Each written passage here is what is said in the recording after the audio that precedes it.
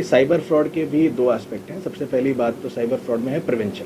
तो cyber fraud मैं मानता हूँ कि 99% केसेस में जो साइबर फ्रॉड है वो प्रिवेंटेबल है।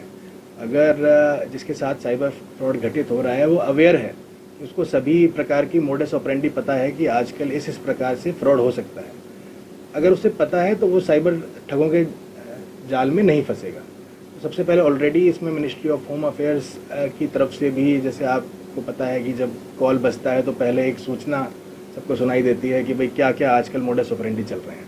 तो अवेयरनेस के स्टेप्स ऑलरेडी हैं, उनको फर्दर हम प्रोपेगेट करेंगे ताकि हर व्यक्ति को ये पता हो कि किस प्रकार से साइबर फ्रॉड हो रहा है, और उसके सुन के ही पता लग जाए कि भाई ये साइबर फ्रॉड का जाल है। क्योंकि मोस्टली जो व्यक्ति साइबर फ्रॉड में फंसता है तो वो या तो पैसों को जल्दी अधिक करने के चक्कर में फंसता है, या फिर कई बार पैसों को अधिक करने के साथ साथ कई बार वर्क फ्रॉम होम जैसी स्कीम होती है उनके अंदर फंस जाते हैं। कई बार इन्वेस्टमेंट फ्रॉड एक बहुत बड़ा है कि भाई शेयर मार्केट में इन्वेस्टमेंट, क्रिप्टो करेंसी में इन्वेस्टमेंट, या कई बार डर के माध्यम से फंस जाता है कि भाई आपका जो है पार्सल में ड्रग्स मिली हैं या कुछ और अनऑथराइज सब्सटेंस मिला है।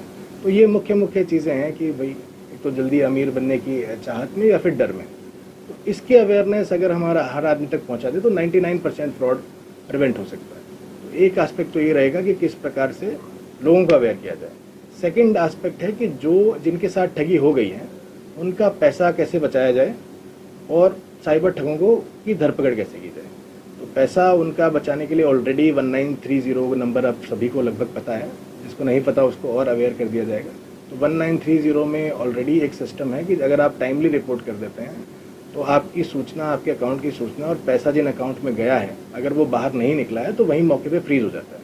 तो उस सूचना के आधार पे मौके पे फ्रीज करके जो भी साइबर ठगी का शिकार व्यक्ति हो रहे हैं उनको उनका धन वापस तुरंत प्रभाव से दिलाने की प्रक्रिया को और हम स्ट्रेंथन कर देंगे। दूसरा, साइबर ठग के लोकेशंस को आइडेंटिफाई करके उनके ठिकानों पे रेड करके उनको पकड़ा जाएगा। इसमें एक हमारा प्रतिबिंब और समन्वय नाम के 2 पोर्टल भी हैं जो मदद करते हैं साइबर ठगों को ट्रेस करने में, उनको भी सुचारू रूप से इस्तेमाल किया जाएगा।